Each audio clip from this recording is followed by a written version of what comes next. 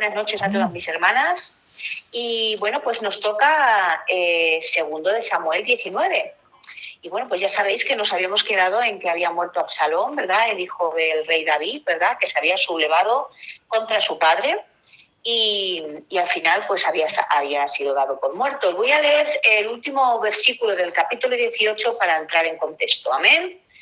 Entonces el rey se turbó y subió a la sala de la puerta y lloró, y yéndose decía: hijo mío, Absalón, hijo mío, Absalón, ¿quién me diera que muriera yo en lugar de ti, Absalón, hijo mío? Bueno, pues ya hemos visto, ¿verdad? Pues ahora vamos a seguir leyendo. Primero, segundo de Samuel 19. David vuelve a Jerusalén. Dice, del 1 al 3, dieron aviso a Joab: he aquí, el rey llora y hace duelo por Absalón. Y se volvió aquel día la victoria en luto para todo el pueblo, porque oyó decir el pueblo aquel día que el rey tenía dolor por su hijo. Y entró el pueblo aquel día en la ciudad escondidamente, como suele entrar a escondidas el pueblo avergonzado que ha huido de la batalla. Y ahora vamos a desgranar un poquito este versículo, ¿verdad? Porque habían ganado una batalla, ¿no? Lo que pasa que, claro, habían ganado una batalla pues en contra del hijo del rey, y claro, es muy normal, ¿no?, que el rey se sintiera abatido, porque ante todas las circunstancias un hijo es un hijo, ¿verdad? Aunque se te subleve, aunque se ponga en contra de ti, aunque te quiera quitar el reino, tú no quieres nunca su muerte, ¿verdad? Entonces el rey David estaba completamente pues hecho polvo, ¿verdad?, llorando, ¿no? Y en vez de estar contentos y en vez de estar alegres, pues entran en la ciudad pues como avergonzados, como aquellos que han huido de la batalla, ¿no? Dice, se volvió aquel día de victoria en luto para todo el pueblo. Y además es que eso no era bueno, ¿no? Porque los que habían sido leales y seguidores de David habían ganado ese día pues para la gloria de Dios y por el bien de Israel, ¿no? Y claro, entonces se sienten mal por la victoria, porque David estaba abrumado porque tenía dolor por su hijo, ¿no? Y aquí hay pues una pequeña reflexión, ¿verdad? Que bueno, pues podemos estar más de acuerdo, podemos estar menos de acuerdo, ¿no? Porque yo cuando hay... Bueno, os lo voy a leer para ver si estáis de acuerdo. Dice, si existe tal cosa como un duelo excesivo, el duelo básicamente está arraigado en la incredulidad y en la autoindulgencia. En 1 de Tesalonicenses 4:13, Pablo advirtió a los cristianos: tampoco queremos, hermanos, que ignoréis acerca de los que duermen, para que no os entristezcáis como los otros que no tienen esperanza. Algunos cristianos en tiempos de muerte o en tragedias se lamentan como aquellos que no tienen esperanza en Dios, y eso está mal. Si sus seres queridos han muerto, usted no puede traerlos de vuelta a la vida con su incredulidad, y si aún sobreviven, sería una lástima estar abatido e incrédulo cuando no hay necesidad de hecho. Su fortaleza debe permanecer tranquila. Recuerde que usted es un cristiano, y un cristiano se espera que tenga más dominio propio que los que no tienen un Dios a quien recurrir. Bueno, pues ahí os lo dejo. Esto es un comentario de Spurgeon. Dice, y entró el pueblo aquel día en la ciudad escondidamente, como suele entrar a escondidas el pueblo avergonzado. O sea que la excesiva pena de David hizo que sus leales amigos y seguidores se sintieran avergonzados de haber ganado esta gran batalla. O sea, estaban librándole de la muerte, estaban librando a Israel, pero se tienen que sentir como abatidos, ¿no? Porque aunque habían ganado la guerra, pues porque el hijo del rey había muerto, ¿no? Y aquí hay una gran lección que me parece muy bonita, es escuchar, porque Joab reprende a David. Ya sabemos quién era Joab, ¿verdad? Que era el general del ejército de David, ¿no? Pues fíjate, un general del ejército reprendiendo a un rey, ¿eh? Mas el rey, cubierto el rostro, clamaba en alta voz. Esto está en el 4:7. Voy por el versículo 4 y voy hasta el 7. Mas el rey, cubierto el rostro, clamaba en alta voz: hijo mío, Absalón, Absalón, hijo mío, a todo el rato como llorando, ¿no? Entonces Joab vino al rey en la casa y le dijo: hoy has avergonzado el rostro de tus siervos, que hoy han librado tu vida, y la vida de tus hijos y de tus hijas, y la vida de tus mujeres, y la vida de tus concubinas, amando a los que te aborrecen y aborreciendo a los que te aman, porque hoy has declarado que nada te importa, tus príncipes y siervos. Pues hoy me has hecho ver claramente que si Absalón viviera, aunque todos nosotros estaríamos muertos, entonces estarías contento. Levántate pues ahora y ve afuera y habla bondadosamente a tus siervos, porque juro por Jehová que si no sales, no quedará ni un hombre contigo esta noche, y esto te será peor que todos los males que te han sobrevenido desde tu juventud hasta ahora. Madre mía, tremenda bronca que le echa Joab. Pero en cierta manera, luego quiero saber vuestros comentarios, pero que en cierta manera estaba bien, ¿verdad? Habían librado una batalla muy importante. Les había librado de la muerte, no solamente a sus seguidores, ¿no? A los que estaban con él, sino también a los demás hijos, a las mujeres, a las concubinas. Fíjate lo que hizo Absalón con las concubinas de su padre, las violó delante de todo el pueblo. O sea, era un hombre que se podía esperar de él cualquier cosa, ¿no? Y tú estás ahí tirado en tierra, llorando por tu hijo, sin darte cuenta que has librado a Israel de ese hombre sanguinario, que no le importaba nada más que estar en el poder y estar en el trono. Entonces Joab se atreve a regañar de esa manera al rey y diciéndole: levántate ahora mismo y ve afuera, y coges y animas al pueblo, porque si no, no va a quedar nadie. No va a quedar nadie. Después de que han dado todos la cara por ti, tú estás aquí ahora llorando, que no podemos ni estar contentos porque hemos ganado la guerra. Fíjate que David no podía dejar de repetir esta canción. Hijo mío, Absalón, hijo mío, Absalón. Aún estaba en su dolor, ¿verdad? Y estaba dominado por sus emociones. Y las emociones no están hechas para dominarnos. Amén. Así que dice que Dios no está en contra de las emociones, en absoluto. Muchos cristianos carecen de sentimientos profundos y experiencia en su caminar con Dios. Al mismo tiempo, las emociones nunca estuvieron destinadas a dominar nuestras vidas. No podemos dejarnos llevar por las emociones, hermanas. Dice que quien escuchó a David llorar alguna vez con lamento piadoso, pues podía haberse acordado también de Urías, ¿verdad?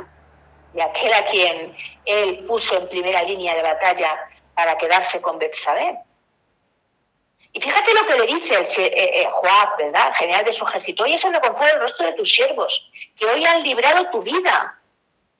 Fíjate, le está llamando la atención de una manera tremenda, ¿no? O sea, le está diciendo: tu lamento excesivo es egoísta, no todo se trata de ti, Estos seguidores tuyos leales merecen también sentirse bien por una victoria, porque han conseguido ganar la guerra, y tú les estás haciendo sentirse mal.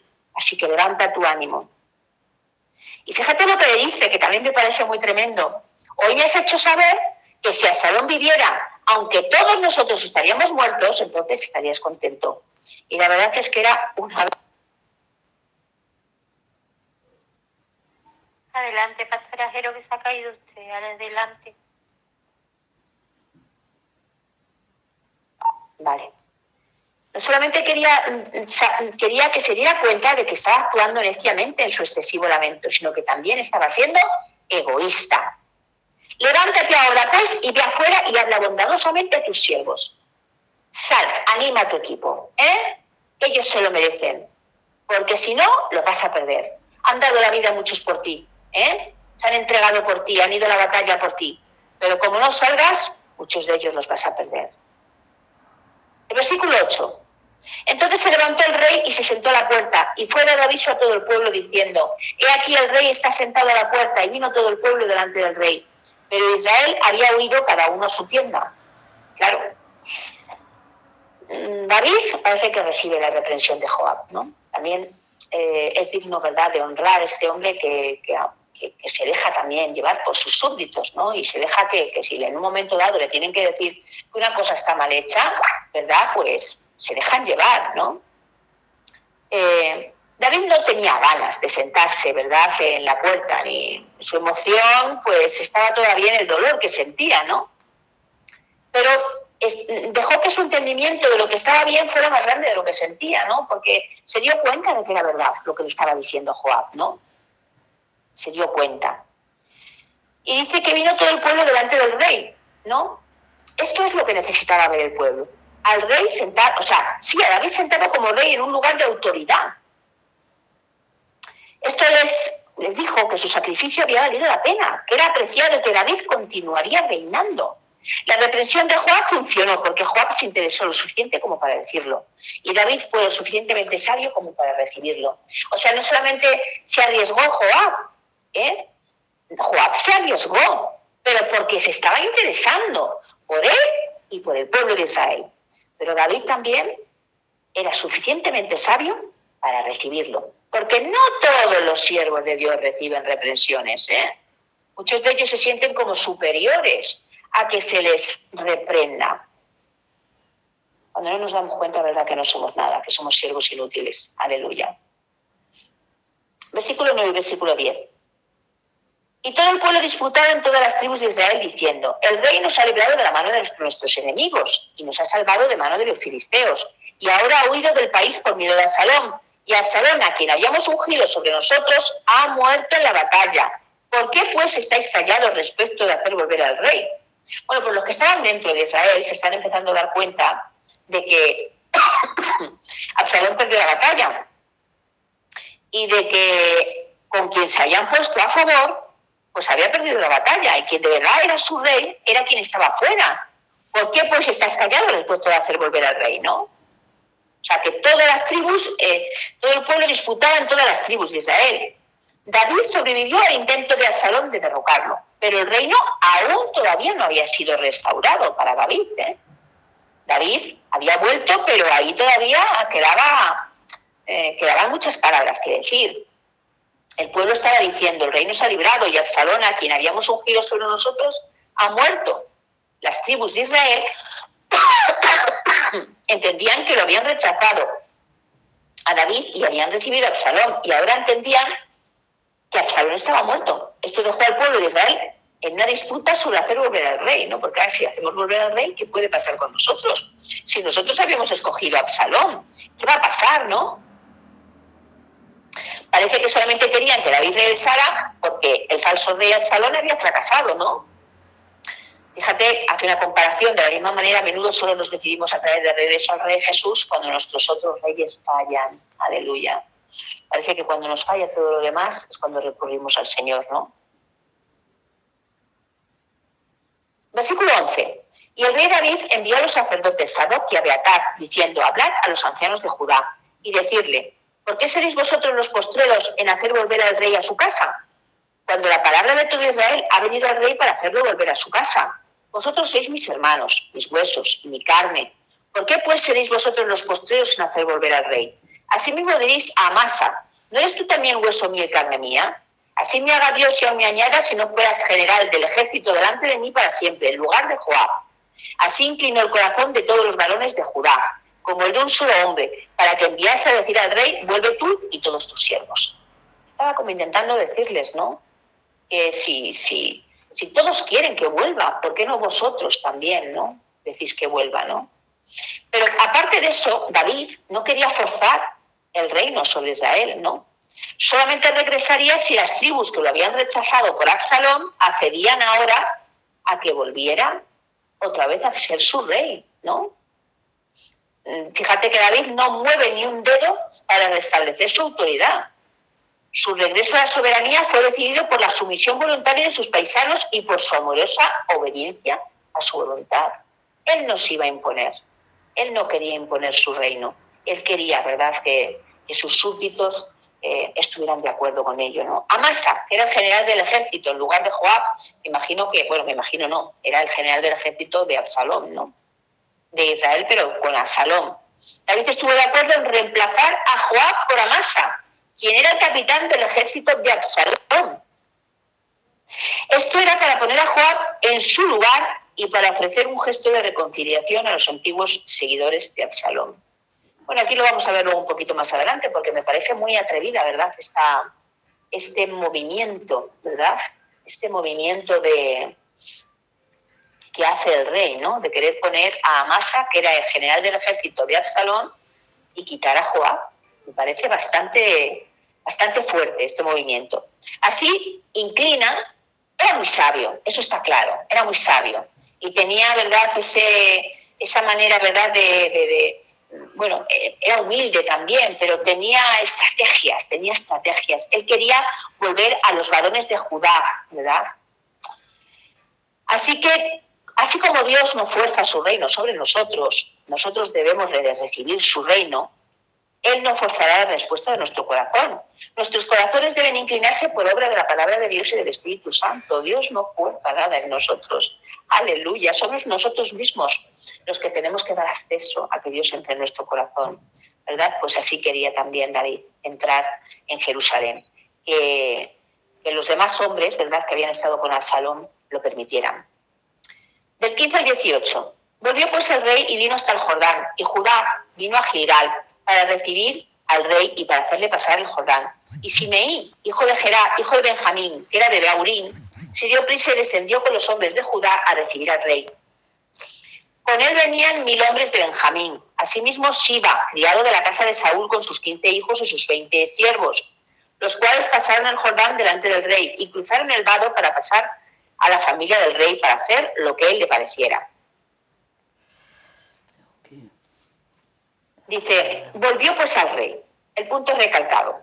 Lo vuelve otra vez a decir. David no regresaría como rey hasta que no fuera bienvenido, hasta que los corazones de los que allí habitaban se inclinaran para recibirle, para recibir al rey. David dejó a Israel como un fugitivo desesperado, rechazado con la nación y cazado por su hijo Absalón.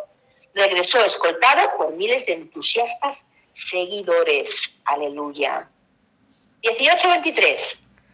Entonces Simeí, hijo de Gerá, se postró delante del rey cuando él hubo pasado al Jordán, y dijo al rey: no me culpe mi señor de iniquidad, ni tenga memoria de los males que tu siervo hizo el día en que mi señor rey salió de Jerusalén.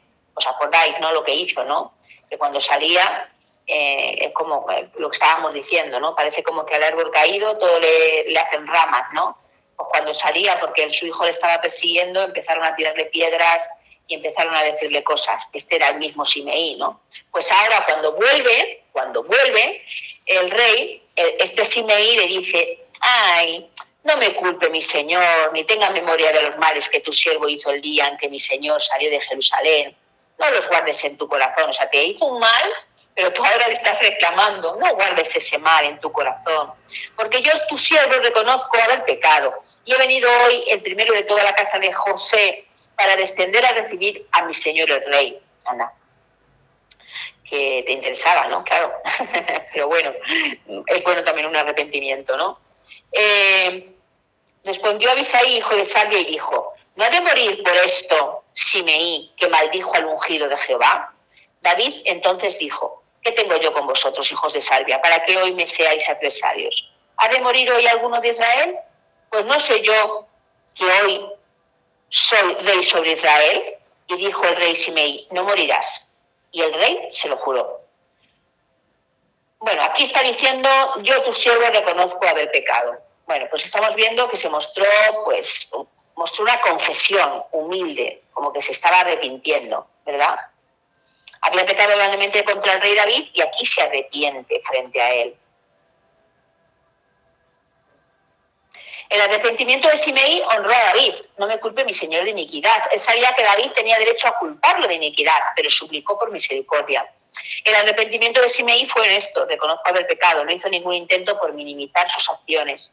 El arrepentimiento de Simeí fue puesto en acción y he venido hoy el primero de toda la casa de José para descender a recibir a mi señor el rey. El verdadero arrepentimiento no solo se mostrará en palabras e ideas, sino también en acciones. Así que el rey le dice a Simeí: no morirás.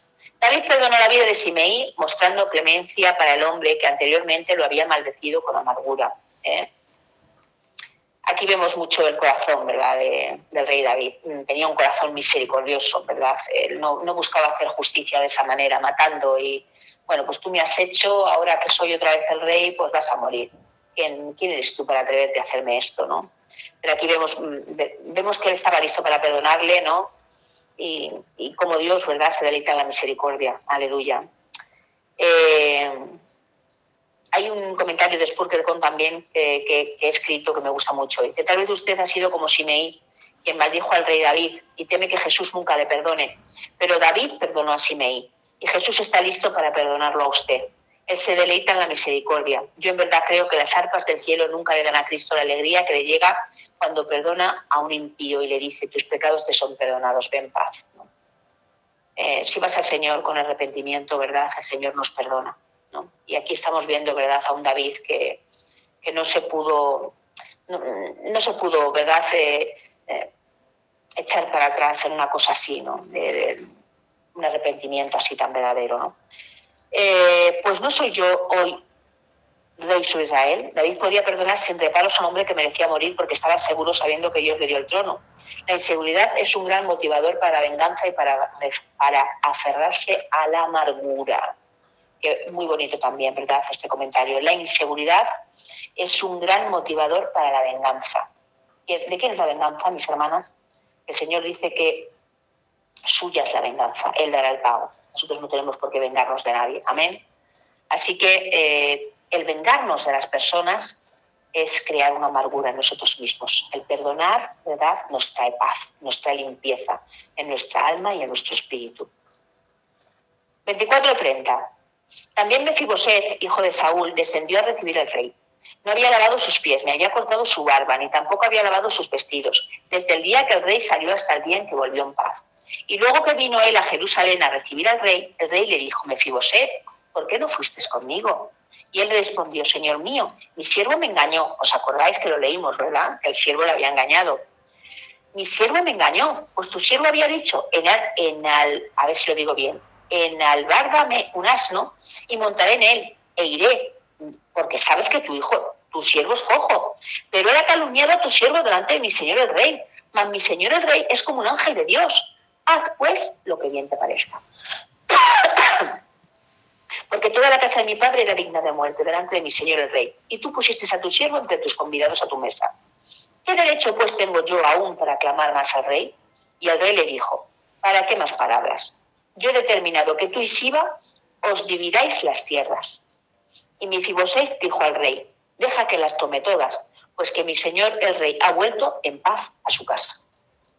Qué buenas actitudes, ¿verdad? Qué buenas actitudes. Vimos, ¿no?, que su siervo, ¿verdad?, el siervo de Mefiboset le había engañado. Lo vimos en los capítulos anteriores, ¿no? Y claro, entonces Mefiboset se quedó allí y entonces le está reclamando, ¿no? Está diciendo: Mefiboset, hijo de Saúl, descendió a recibir al rey. Mefiboset, ya sabemos que era hijo de Jonatán, ¿verdad?, es el último sobreviviente de la dinastía de Saúl, y bueno, pues David sabemos que mostró una bondad única hacia Mefiboset, ¿no?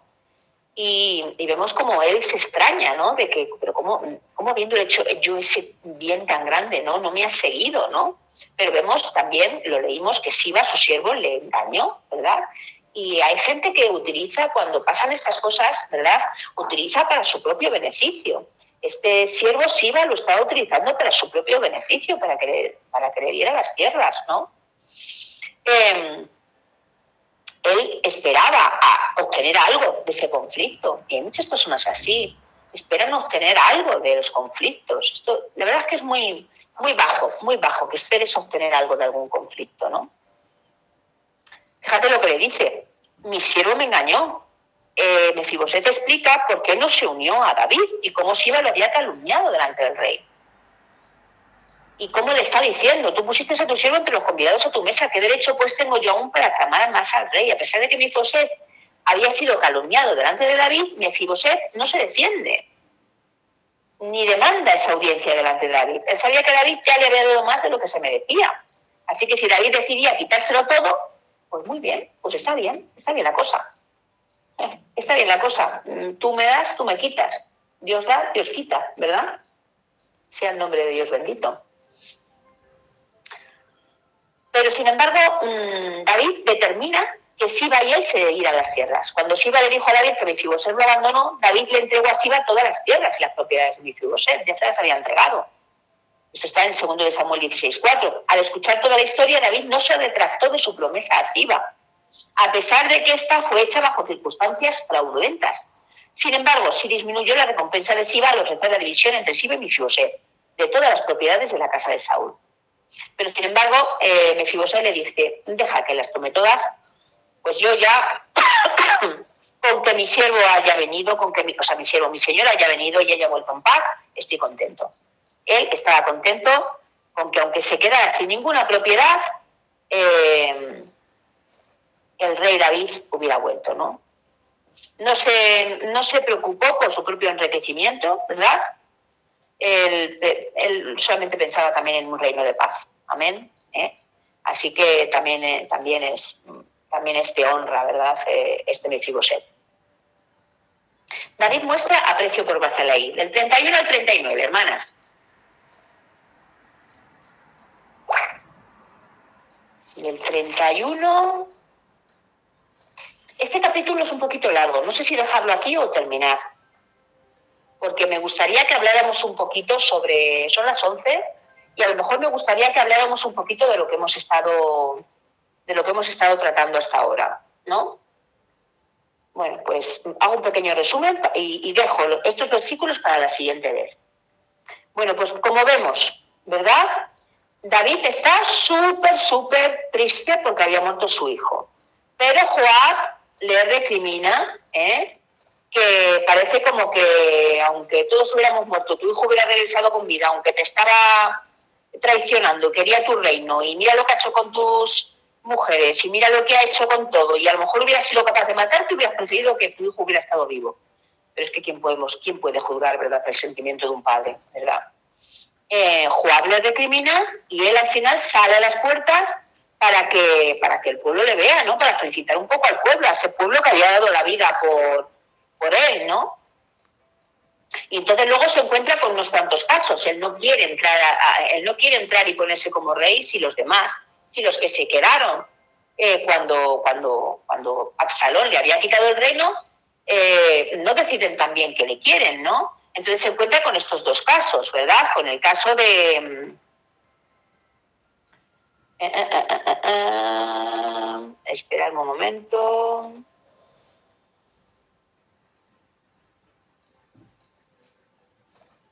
Sí, con el caso de Simei, que era el que le había traicionado a Mefiboset, ¿verdad? Y bueno, no, Simei era el que le había, perdón, me equivoco con los nombres. Simei era el que le había tirado piedras cuando estaba huyendo de su hijo.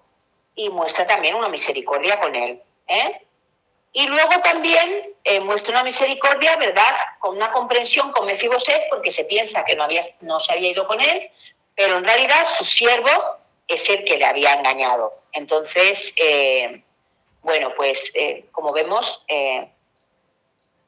pues tiene una misericordia con ellos y no quiere implantarse en el reino con Siba. Siba era el que le había engañado a Mefiboset, que era su siervo, para quedarse pues con todas las tierras. Pero al final divide las tierras y bueno, pues hace un juicio justo. Yo lo que me llama muchísimo la atención, ¿no?, es por qué quiere quitar ahora a Joab, de general del ejército, aunque sé más o menos por qué,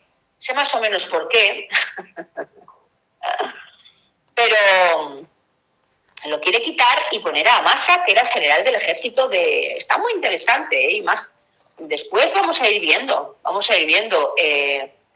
por qué todas estas cosas, ¿no? Voy a dar muy por encima el último capítulo y así lo terminamos, ¿verdad? Así lo terminamos, ¿vale? Porque así terminamos este capítulo. Venga. También Barzilai Galaíta descendió de Rogelín y pasó el Jordán con el rey para acompañarle al otro lado del Jordán. Era Barzilai muy anciano,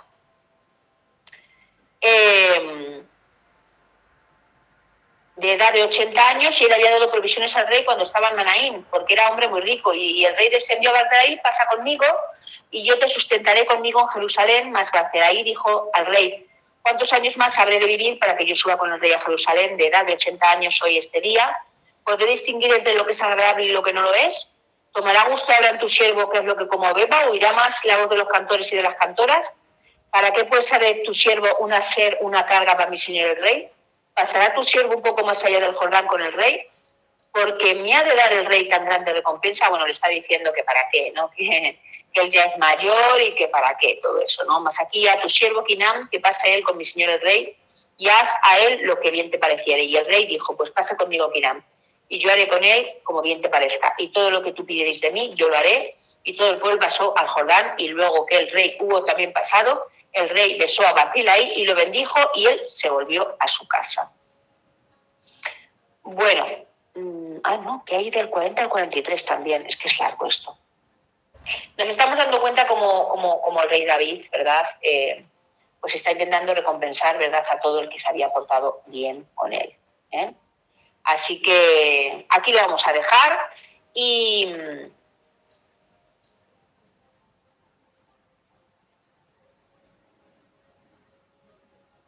bueno, me parece muy interesante esto. Dice aquí, me hace aquí tu siervo Quinan que pase conmigo al Señor, el rey. Vaciláis respetuosamente declinó el honor para sí mismo, pero lo aceptó en honor de su hijo. Fíjate, yo no paso, Señor, contigo, pero mi hijo va a pasar contigo. Y fíjate que en Primero de Reyes 2:7 es generalmente entendido, este era el hijo de Barzilai, y esto es probable por Primero de Reyes 2:7, cuando David estaba a punto de morir, dijo, mas a los hijos de Barzilai cada día harás misericordia. Él siempre se acuerda de pagar sus deudas. Aleluya. Nos acordamos nosotros, ¿verdad?, de pagar nuestras deudas, de ser agradecidos con quien nos ha hecho bien. Esto es muy importante. Lo dejo aquí, mis hermanas, porque es largo y me gustaría que se comentara algo. Amén. Bendiciones.